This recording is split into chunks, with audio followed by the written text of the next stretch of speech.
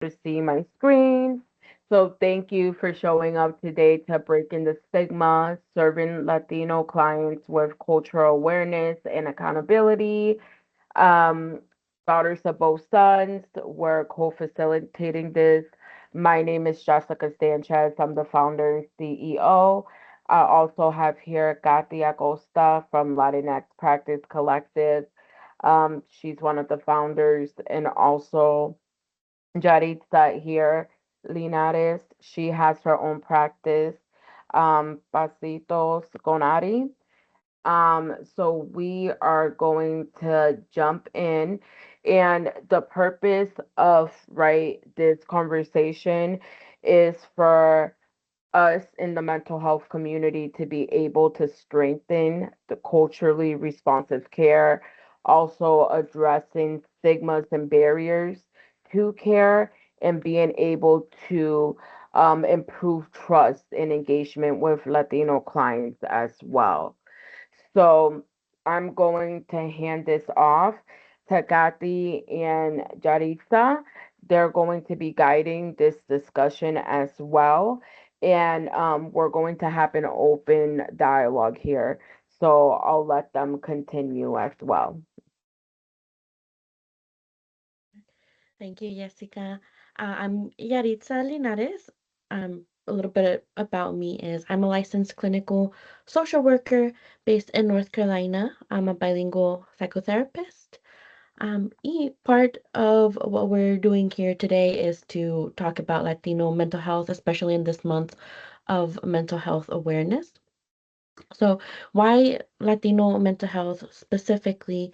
Um, we wanted to gather here as therapists to promote meeting clients where they are and knowing that our clients may delay seeking care for very real reasons, the fear, the stigma, and mistrust in the medical systems. When we see clients, they might be coming in to us as clinicians already in crisis mode. Um, and in that space where there's no going back and professional help is needed. As a whole, the Latinx community is not a monolithic group. So we know that within our communities, there are a lot of different cultures, languages, traditions. Even within the Spanish language, there might be one or two words or several words that we might not share in common. I know mine is Mexican Spanish, and there are some things that even with coworkers, we have to ask, what are you even talking about? Um, and So, a distinction that we wanted to make between mental health and mental illness. So, language and the use of language matters with our clients because it can make or break the connections that we do. Sometimes people may react with that relief of being understood, but if we do use language that might be different than the ones that make sense or understand, it can break those connections and even make people feel defensive and reject the descriptions that we're trying to promote. So if we use words like estrés, stress, preocupaciones, being worried, desesperación, the restlessness, problemas de familia, family problems, people understand that. We can normalize those situations and feelings without having to say the specific diagnosis or medical conditions because that might build that barrier and rejection of what does it mean to feel certain conditions. Um, and people deserve that support regardless of where they are, and they don't have to be in crisis mode to obtain these services. But as we go forward with that foundation, Kathy, I invite you to come in and talk about the cultural context. Hello, hello. Thank you. So my name's Kathy Acosta. I'm an LCSW, and I have a group practice in New Jersey. And I am also, like Jessica said, the founder of the Latinx Practice Collective, which I'll share about a little in a little bit. I am curious for the ones that we do have here, if you're able to, if you can put in the chat, if you are a current therapist, if you're a student, if you're an advocate, we would love to know that if you're able to do that, just to make sure that we're also tailoring the conversation to you. So with the ones that we have, if you can do that, we would love to know what stage you're at, or if you are someone that's just seeking information. So going into just cultural context, when it comes to working with Latinx communities, we're talking about, and a lot of times, and I'll say from the clients that I work with, right, a lot of them, this is the first time I'm their first therapist. I'm the first one that they've talked to, that they're meeting with about around mental health. So in Latinx families, seeking therapy is often very private. The stigma around mental health means many clients come to us without their family knowing in a lot of cases, and the secrecy itself can add to that burden 100%. So I would say that a lot of times when it comes to that cultural context being family centered, oh, nice to see you, Raquel. Oh, that's a beautiful name. That's my sister's name. um, welcome. So and add anything to anyone here, especially if you're a therapist. We really want to hear from you, because this is really a conversation for therapists. So the other thing I would add is being strong, right? Mentally runs really deep within Latinx families. Latinos will say, especially for men and for older generations, vulnerability can be seen as a weakness, and naming that openly really helps to normalize it. So that can also, for that cultural context to really lean into that and know that that is a thing. The other thing is religion and spirituality, real like first lines of support, and many clients will turn to their faith community before ever considering therapy. So a lot of times when a family member will say to you, let's pray about that, let's go to church. It's often met with respect, meaning we don't tend to fight that point. We're not going to fight that point. But we also do know that there are times that mental health professional and therapy is needed, when we find that that's not the only avenue that we want to explore. And a big one that I really like to talk about, and I talk about this with my clients a lot, is the generational differences and significance. A first gen individual versus their parents who did not grow up here. That's going to be a very big difference when it comes to mental health and how they see it and where they were raised, where they grew up. And they're going to have very different relationships with mental health, even within the same household. And as a clinician, we have to hold all of that in one room. And I think that that's really what we want to have that conversation about today, is that with all of those cultural contexts, we are the ones that are helping to hold many layers of the client when it comes to that.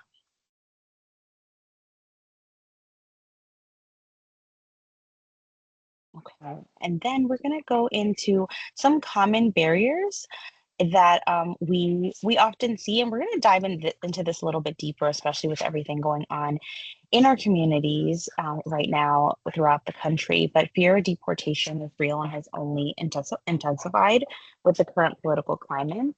Undocumented clients are weighing their safety in every time that they seek any kind of services, and we're really seeing this, that we um, we see that a lot of people are not, right. They're not testing certain systems in order to seek services.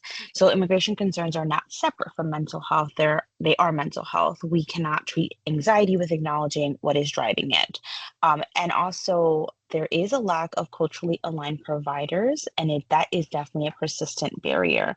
So if we don't have providers that understand cultural context, that may say certain things, that's going to cause a barrier for anyone to want to continue in services or even seek services.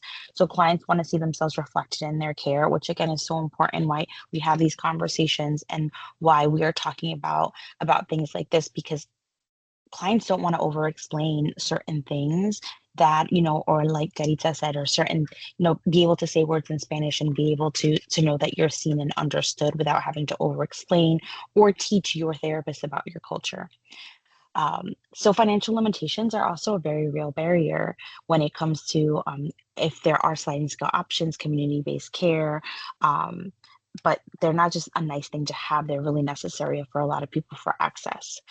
And mistrust of the system, even more so now, is deeply rooted in historical trauma, in lived experiences of discrimination and systems that have failed these communities before. So it's earning trust with a lot of my clients. I am also explaining, and I'm hoping, to I work to earn their trust in a lot of times because we know that systems have failed us. That sometimes not just enough that when you understand the language or know the person, it is also earning that trust in systems that have not provided what they've needed in the past.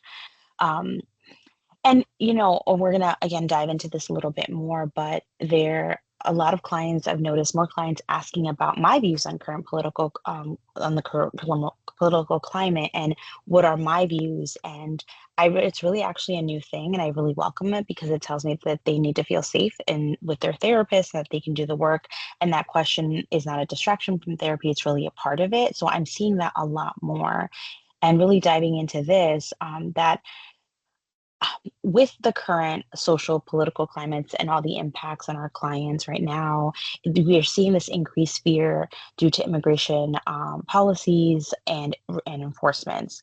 And I want to say this, that I all of my clients have been impacted in different ways. And this is really huge right now to really see it through this new lens that we have to because of everything that is going on.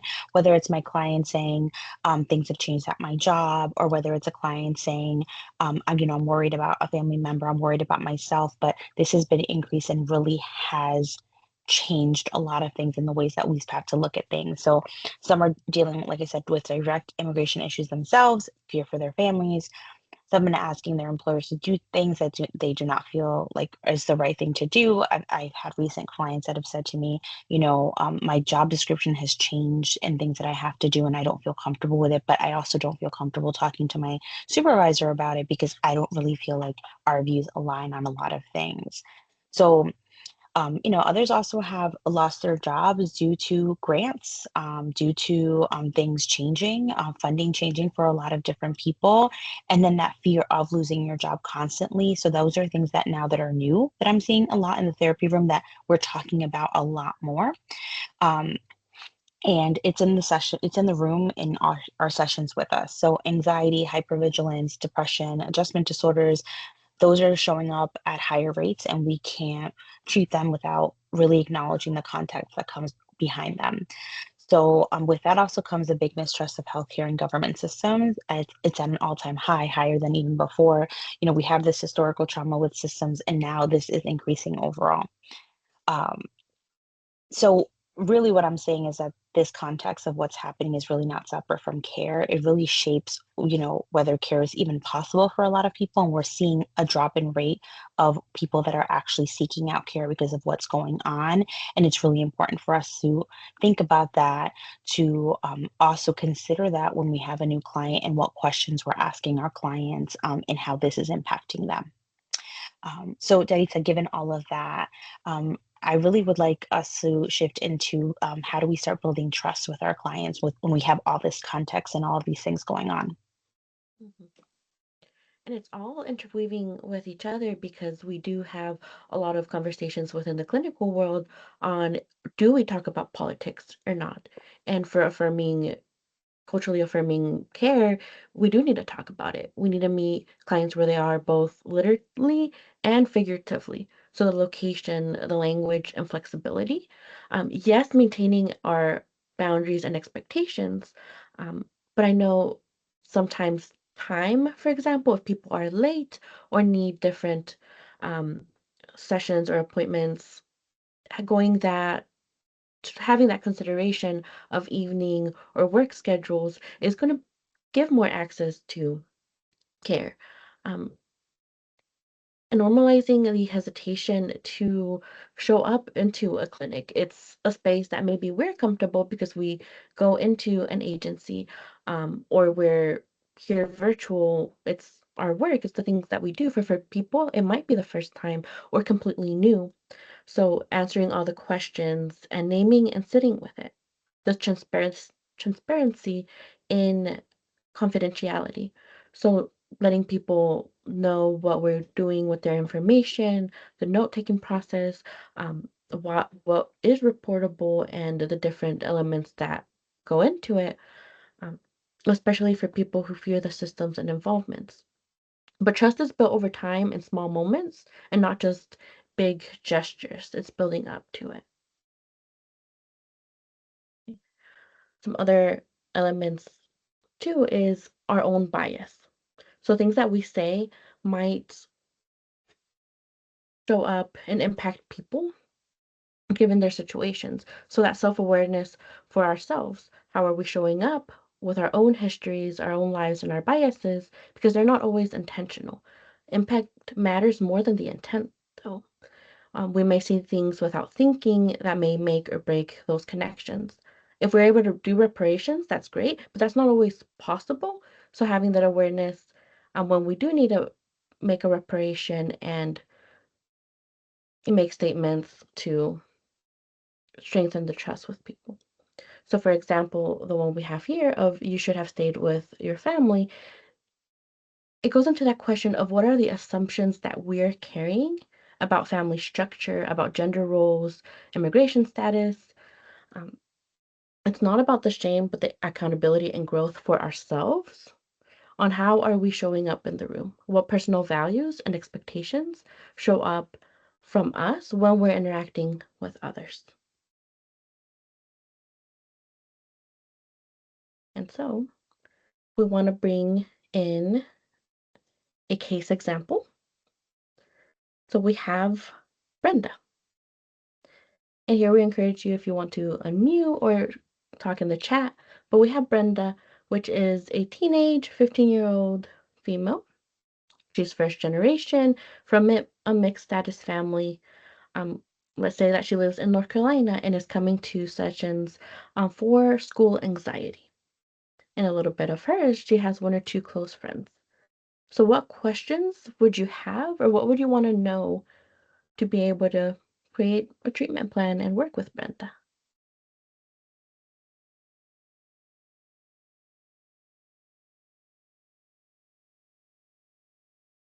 I would say thinking about her social, environmental factors, right? That's very important. Her routine, her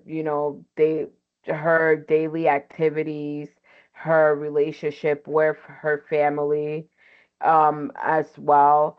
How her experiences at school um affect her, right? And obviously when pairing with a client, we want to make sure that we're building that trust with the client, and that takes time. So being able to just level with them one on one and being able to see how, all of these factors, whether it's the social, environmental, status, right? The developmental factors that we see as well take their, how can I say this? They affect, right, the way one's upbringing and the way one views the world, and we all have different worldviews. So just being able to analyze her worldview as a 15-year-old teenager, right? Being from a mixed family, having anxiety at school, where this anxiety is coming from as well. And also, even having those one or two close friends, you know, mm, there might be, and this is assumptions, right? Maybe there might be trust issues or other things that have occurred to where she only has one to two close friends, right? So we have to um, examine and see, well, what is her lifestyle like? What have her experiences been like? What are her social surroundings like? What is the family environment like as well? Because all of these things intercombine as a whole to who she is as a person. So this is a little summary there. Mhm. And that big and small of the individual person and all the social determinants of health.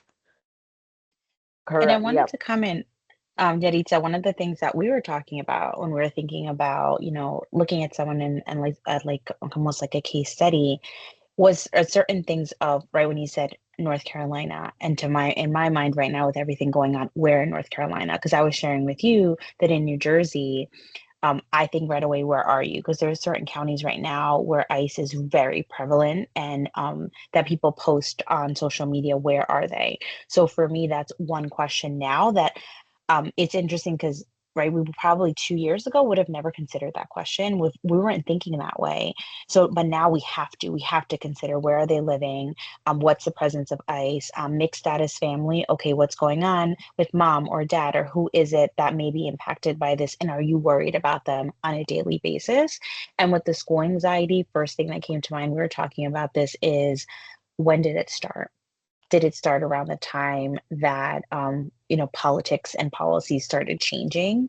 Because that is a huge thing right now that we have to consider now. It's almost like timing of when did this happen, before and after um, certain administrations or the current administration started, right? And there were a couple of other points that we were touching on was also support systems, like Jessica was saying. So one or two close friends, why is that current? One or two close friends. Did she have friends before, prior to this school anxiety starting, or prior to immigration, and ICE and all of that, um, kind of, being prevalent, more prevalent now in her life. I don't know if there's anything else you wanted to add, Jadisa. Hmm. And a few things individually for Brenda too, especially teenagers, that is it something that they wanted to do, or is it something that family members are pushing her to do, or school, um, depending on what's going on in the family as well, the ages. So, is she the oldest or is she the youngest? Is she expected to have some responsibilities in the home that are reflecting in the school? Um, what about language access? Is she bilingual? Are her family members bilingual, Spanish, English? What are the responsibilities that show up and how much pressure she's holding? And all of that expands into every aspect of her life. Something that, okay, we see in the referral sheet, anxiety, and it could be like, this is straightforward. We do anxiety, but it has all of this things hanging behind it that impact the care and what we prioritize within the room. What she prioritizes, what we do, and what family and school people would want us to work on. I'll take a pause here again, and if anyone has any questions that they would want to ask about Brenda, or any considerations they have on what we should keep an eye out for when we receive clients.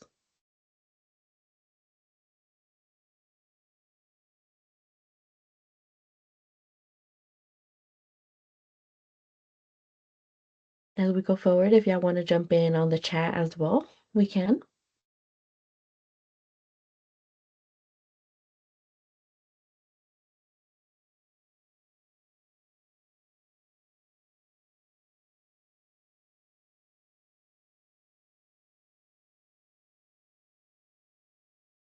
So I wanted to have Brenda in mind as we continue, because some of the things that are related to clients and the care that we give also does circle back to how we show up in the room. So if we can go to the next slide, counter transference. So a lot of us who are Latinx providers, or even share any identity with our clients, even the shared aspect of living in the world that we live in, we're going to come across countertransference and certain reactions that show up from us towards our clients. So, countertransference, the emotional reaction therapists have towards clients, and can be influenced by personal experiences, beliefs, or cultural differences. So, it impacts our tones, assumptions, and the clinical decisions. So, we go back to like, what assumptions do we carry? What values and expectations show up when we interact with people? As a therapist, we don't live in a bubble. Our lives are also in that room. So there are moments when we resonate with our clients. We experience the counter transfers, especially when we share the same identities. We are also being directly impacted by certain policies and news and things that we see. So that awareness of how are we showing up? Because therapy for them is not therapy for us, but we still need to consider how it's impacting us.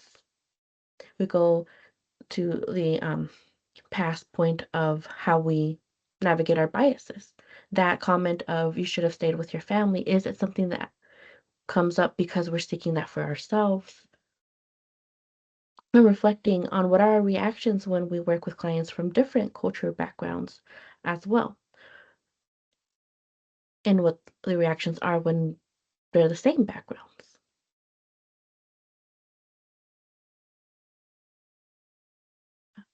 But things are heavy. We are living in a very heavy time right now in the world, and new things are happening all the time. And as people, as humans, we feel it. It influences our capacity and it shows up in our care. With burnout, we become less tolerant. We feel irritation, anger, resentment, and the way that it shows up as well, the emotional exhaustion, compassion fatigue versus moral injury versus burnout, different details, but they all impact us and the way that we show up. So if we're getting burnt out from the stories that we hear, how we hold space, or the moral injury of having to be restricted by certain policies. I know when we talk about insurance and those limitations and how do we show up for clients when we are part of the system as well, that impacts us. As Latin therapists, we sometimes carry additional weight. Seeing ourselves and our clients is both that gift and a burden because we work for our communities and we can dedicate ourselves to them. And there are not many of us in the field. So a lot of work feels very put on us on if we don't do it, then who will? We're a small percentage of the profession doing a lot for a big percentage of our population. And that makes it really hard to not overwork. So that self-awareness is not or shouldn't be a luxury because it's that ethical responsibility, taking care of us so that we can take care of others. It's a lot to think about. So, how do we address the burnout?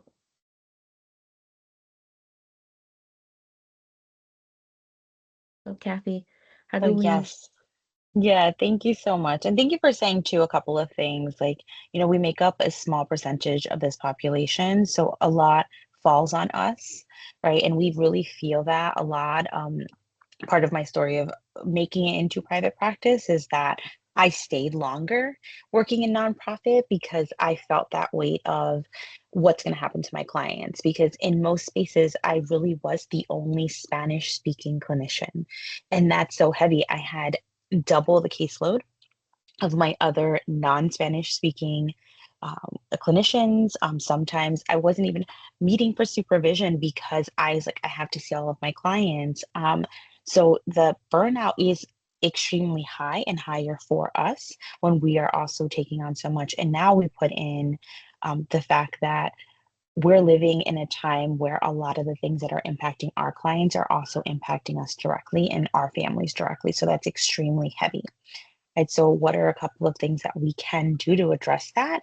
And I always say we are people of community. So, community is where it's, what's going to help us the most, right? Hearing these, getting validated, coming to spaces like this, but also peer consultation. Peer consultation is so very important. I think even more so now, having supervisors that acknowledge what's going on systematically, cultural stressors, that's so important.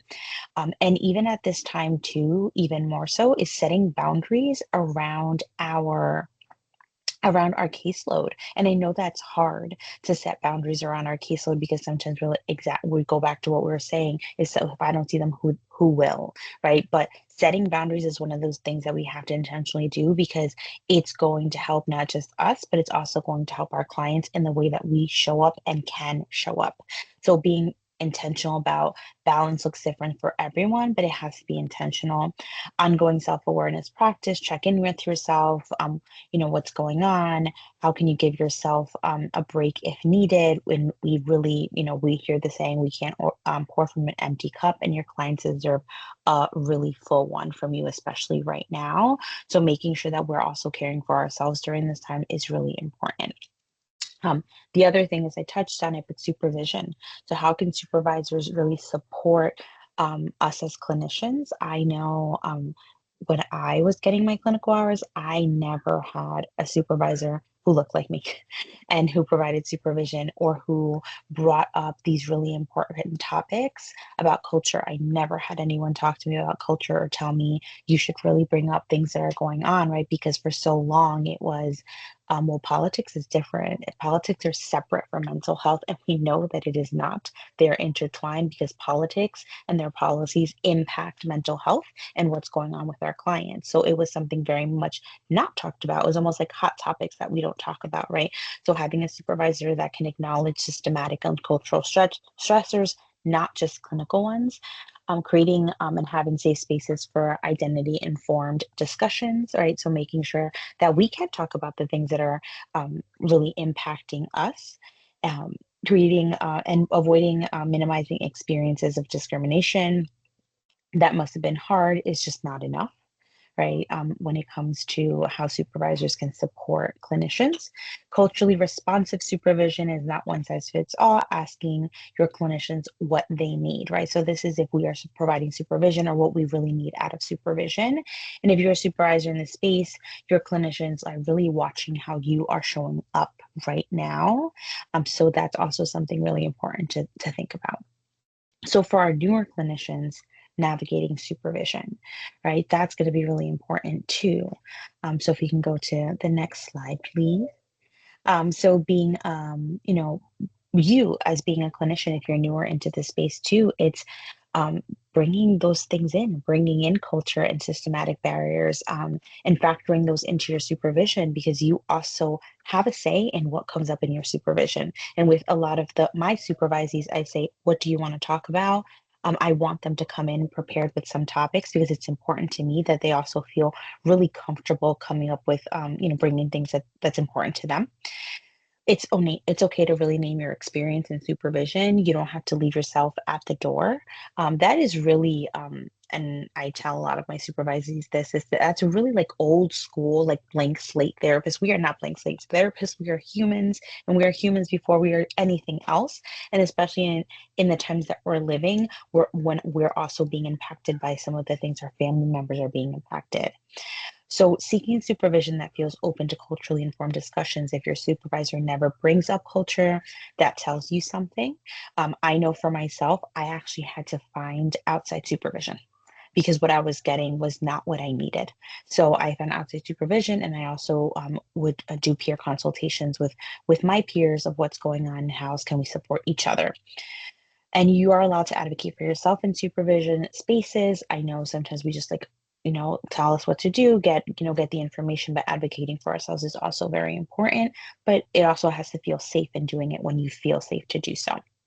You're not just a clinician, you're also a person and deserve support who brings, and from someone who brings something to the work. All right. So I also touched on this a little too, the need for community. So there's a lot of isolation in bilingual clinicians because, like I said, in most of the spaces that I was in, I was the only one. There was a special grant for me. I was the only Spanish speaking clinician, and you get paid a tiny bit more to be there. So it can feel very isolating, especially if you're the only ones, seeing the clients that we're seeing and also having more of a caseload. So community is so important. We talked about there's a lack of culturally competent supervision, and it's really important to have safe spaces with your peers, right? um, so one of the things that I did for myself is build community because didn't see community within the spaces that I was in. So I mentioned before that I'm the founder of the Latinx Practice Collective, and that is why I built the collective because I really wanted a safe space for us to talk about certain things that people that get it. It's not it's not a nice thing to have community. When it comes to this work, it's like it's clinically and personally necessary. That's how I feel about it. You need to be around people who get it, who get you, who understand. And a lot of people ask, you know, why wasn't it just a community of, you know, any therapist in private practice? And for me, when if you choose to do private practice or something like that, it really is can feel like, you know, very isolating just in itself of being a private practice owner on your own. But on top of that, if you're not around people who get it, it's going to feel even more isolating. For me, I was the first person in my family to open up a business. You know, for them, they were like, you have a salary job. Why would you go and open up your own practice? It's something that I really wanted for the flexibility. I didn't want to get burnt out. I didn't want to be in agencies that I was seeing double the caseload. Now I get to do the work with communities that I want. I get to set up the structure of my business the way I want. I partner with nonprofits now and do all of that. But I was very lonely as a clinician. So I built a community where other clinicians that look like me have the same backgrounds, and we understood it, you know, that it was hard to be the first in business, but also we needed that community to support each other when it came to the clinical work and the business background. So I stress that to everybody, whether you're a student, new in the field, find your community, find your people. And if you can't find them, create a space where you're just getting together once a month. That's how it started with me with the community that I built. All right. And that's what I was talking, the one that I was talking about. So it is the Latinx Practice Collective, and it is a nationwide network that's supporting Latinx therapists through culturally responsive consultations, training. We do coaching, all of that. And we also have built a directory as well that we have a partnership with Daughters of Both Sons, where you can, if you are a therapist, you can also get listed on that directory. And that is free through our partnership because I really, my goal, our goal, because there's another founder, is to make sure that therapy seekers can find us because that's really the goal, right? So that it's easier to access us and to find us as a whole. Because I get clients, again, I shared that it's the first time that they've ever been in therapy and they tell me how long it took them to find someone that they really connected with and that, you know, understood them and that they would feel comfortable with. So that, you know, if you have any other questions about the Latinx Practice Collective, I am happy to answer them. But I always reinforce community really is one of those key things that has helped me from not burning out in this field, and that gives us the support that we need. And if I All right, can Yanita, jump in and go talk ahead. about Pasito con Airi. So Pasito con Airi also was born in that by community for community foundation that I wanted to build. Because it does feel like sometimes we're that one person in the room being asked to talk about a whole community or communities. And it's not really fair to us. It's not really fair for our people. And even I do appreciate y'all showing up for the workshop today because the profession field, we're in a field, mental health, rooted in Eurocentric wellness. It's rooted in white supremacy, if I can be direct about it. And a lot of it causes harm. Certain policies and ethics and rules cause harm to our communities. So finding the way to interweave it within the system rather than it being an afterthought or a note at the end of other workshops that participate on how to make things culturally inclusive rather than folding it in. So Pasito con Airi, we work with our communities and with students and professionals to have access to those elements of what is wellness, holistic care. Evidence based practices are sometimes taken from indigenous practices and renamed when a lot of practices in the field may not have been studied, but they work. But they're discredited because it doesn't have research behind it. So, how do we bring that research and awareness into our communities in a way that is safe, inclusive, and respectful so that we're not feeling like that emptiness in the room with all the people watching us without that support? So, I know we threw a lot of information all at once. So, bringing it all back. Building trust with people, setting that foundation before the intervention being aware of our language and tone, how we show up in the room, addressing our own biases, taking care of ourselves so that we can take care of others, seeking the culturally aligned support, so supervision, consultations, even if we don't need the hours, learning and following our instincts um, for being Latinx providers, knowing that we can advocate for things if we don't see it to be fair, naming and addressing systemic realities in our practices, keeping up with the policies, with the space, because we are at the table. But with everything that we've given, notice what you're taking in. And I want you to think about something that you want to keep reflecting on or acting on as we go forward this week in the cultural awareness being not a destination or a checkbox, but something that is ongoing with practice and adjustment. But thank you all for joining and knowing we make a difference one step at a time. But please let us know what you're thinking about, what you're sitting with, if there's anything we can answer.